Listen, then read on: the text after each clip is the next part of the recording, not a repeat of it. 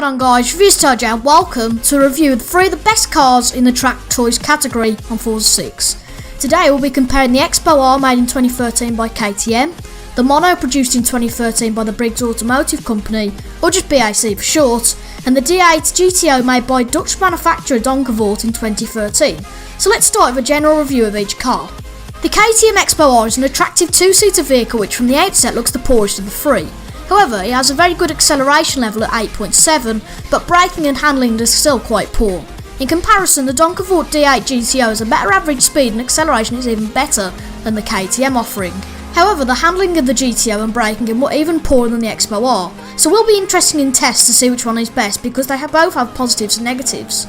Then we have the BAC Mono, which on paper is the best of the 3 track toys, having the best handling and braking of the 3, and competitive acceleration and a better average speed than the KTM, but not the Donkervoort. All these cars have their positives and negatives compared to each other, but the only way to prove which is best is to put them through a series of track tests and drag tests to see which is best. So first, onto the test at Brands Hatch.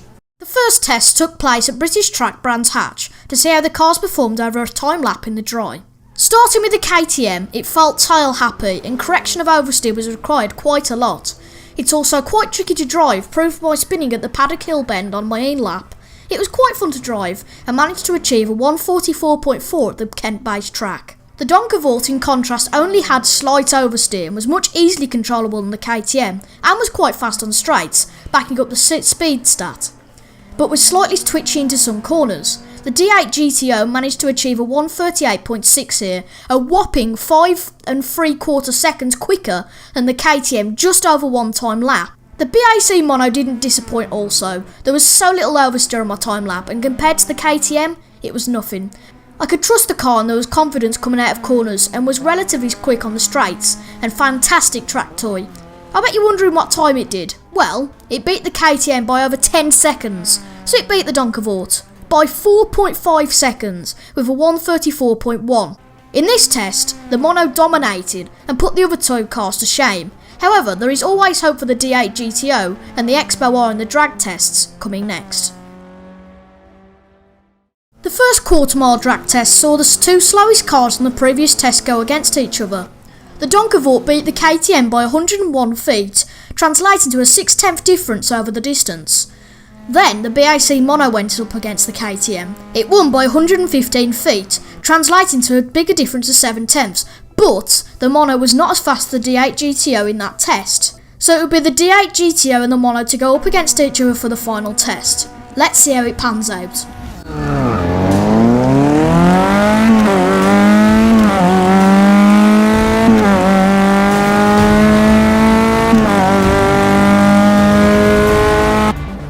So as you can see, the Donkervoort won that battle by 4.5 tenths, but times differed in these tests. The KTM managed an average of 12.079 in the 2 tests it took part in. The Mono managed an average time of 11.598, but of course the Donkervoort won this test by getting an average time of 11.345, over 2 tenths quicker than any of the other 2 cars. This proves that the BAC Mono has an immense cornering speed compared to the other 2 cars, and as it beat the Donkervoort by a huge amount around Brands Hatch, so there must be a huge cornering difference. So how about we throw some water in there? The next test is a timed lap around the Bugatti circuit at Le Mans in the wet, to see which car has the best traction and can perform around there. In this rainy final test, there were some surprising results.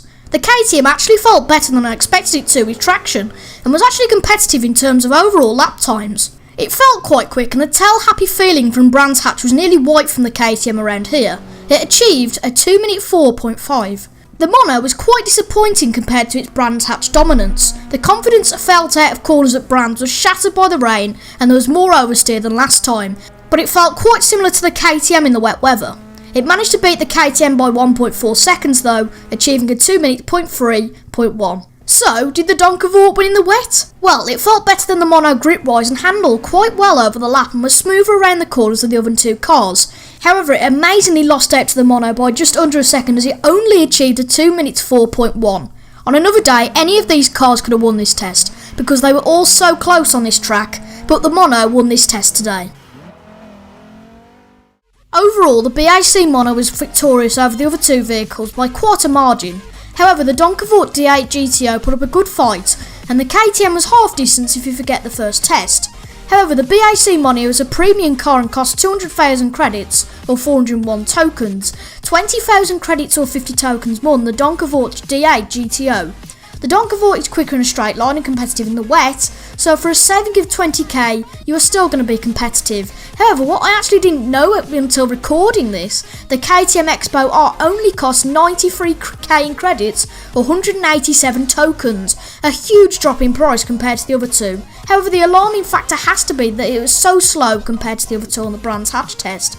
But with some modifications, the KTM may be able to improve. But if we take the original vehicles and look at the tests, I'd have to pick the Donkervoort D8 GTO as my preference. You save 20,000 in price, and it's also a good car. But if you're looking for pure quality, go for the BAC Mono. So guys, would you go for the Mono, the D8 GTO, or the cut down priced X-Bow R?